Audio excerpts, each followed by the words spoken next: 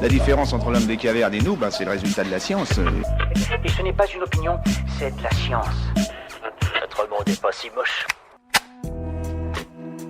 Quelle est l'origine de la foudre ? 5 millions de fois. C'est la fréquence à laquelle la foudre frappe quotidiennement le sol de notre planète.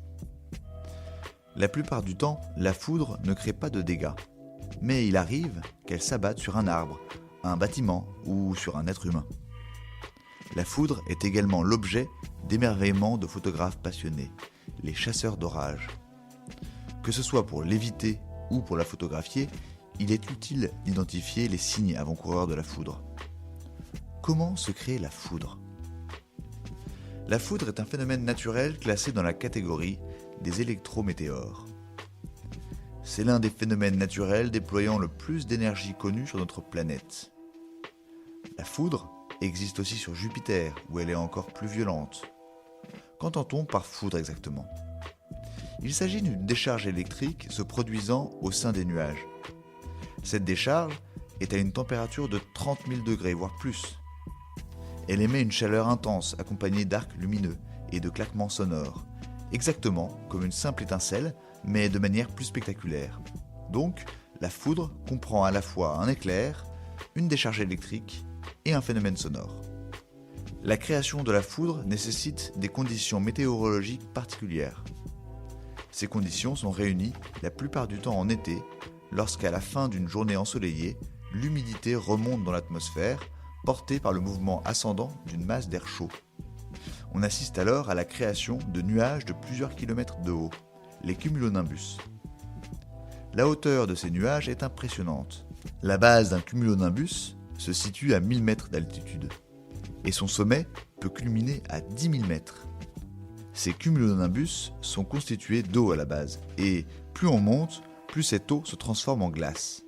Au premier abord, cela semble assez inoffensif, un grand nuage dans le ciel, le soir d'une belle journée d'été.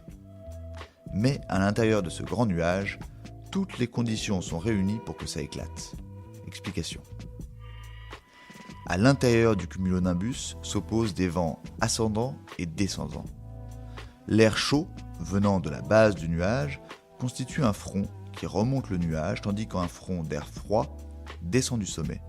En se croisant, ces deux masses d'air et l'eau qu'il contient se percutent. Cela crée des frottements qui engendrent une électrisation du nuage.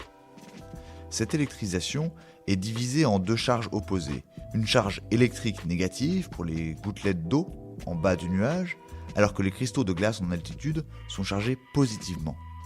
La différence de potentiel entre ces deux charges crée un champ électrostatique puissant, générant des éclairs à l'intérieur du nuage ou entre deux nuages voisins. Ces phénomènes atmosphériques modifient la charge électrique au sol qui devient négative. C'est ainsi que se crée une différence de potentiel entre le nuage et le sol, provoquant des décharges électriques.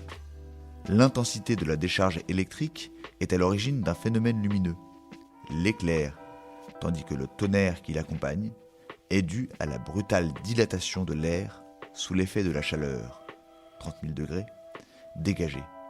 L'éclair et le tonnerre sont simultanés. On entend le tonnerre après avoir vu l'éclair simplement parce que la vitesse du son est plus lente que la vitesse de la lumière. Voilà. Il ne reste plus qu'à vous remercier de votre attention. Au revoir.